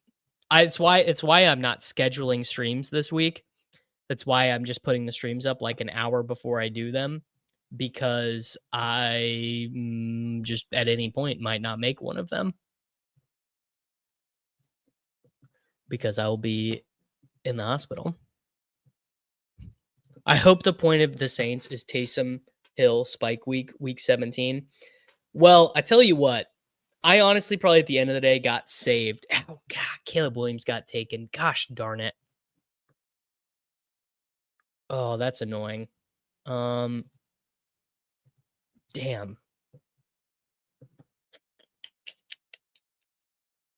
What do I want to do here? All right, I'm going to take Juwan Jennings. Decent spot for Juwan Jennings, whatever. Taysom does look insanely washed. Yeah. It's between them and the Pelicans if you're from New Orleans. Yeah, Pelicans at Satoshi Nakamoto Mattek. Haven't looked at Survivor yet. We'll do the full Survivor stuff. Well, maybe we'll do the full Survivor stuff on Friday on the Swollies Only show if we get an opportunity to do it. Probably wouldn't be a short from the hospital after delivery. We'll see. We'll see. Not sure what the the content minds are going to play. Yes, the Packers also had me insanely tilted in Survivor. I cannot believe those absolute goons last week lost to the Panthers. All right. Well, I probably just take Purdy for the swap. So at tight end, I'm going to take Mark Andrews, and then I will take Purdy or Darnold or Fields at quarterback. Bradley Boomer Maddox. So the initials are BBM. Any flag plants this week in DFS? I'm not there yet. Not there yet. Haven't run any sims. Haven't looked at the projections yet. Behold is a 4-time dad. The infant stage kind of sucks because you kind of feel useless. Well, I'm gonna do my best, bro. Don't take Fields. Okay. All right. I won't take Fields. I wish I knew, man. I wish I knew the chances of Brock Purdy playing. I feel like every week I take Brock Purdy in these 12 mans and set up a and I set up a stack and then it never happens and never ends up mattering. Brissett has to be the cash core. Seattle defense is pretty good. Trevion Henderson in the 12 mans, I do kind of like that as a pick. That's pretty sharp from my boy Glue Eater. Shout out to my boy Glue Eater. He's knowing some ball out there.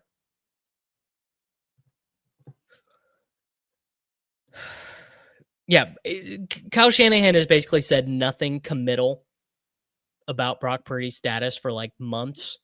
Like literally months now at this point. And frankly, I'm sick of it, man. Enough, Brock. I do really like Mark Andrews. I think that the Mark Andrews people over a long enough timeline are going to be proven vindicated.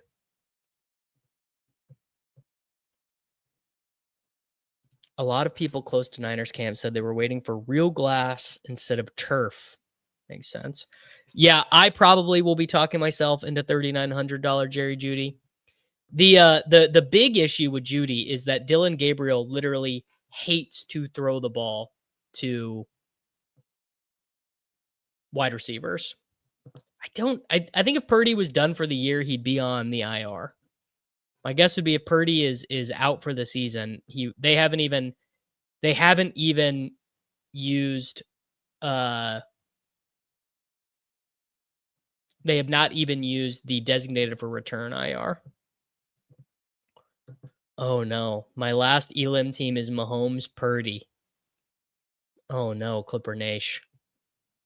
That's tough. Really, really tough. My higher or lower on Olave, I'm thinking of moving Vidal and Hampton for him with the alt news. I probably would not do that.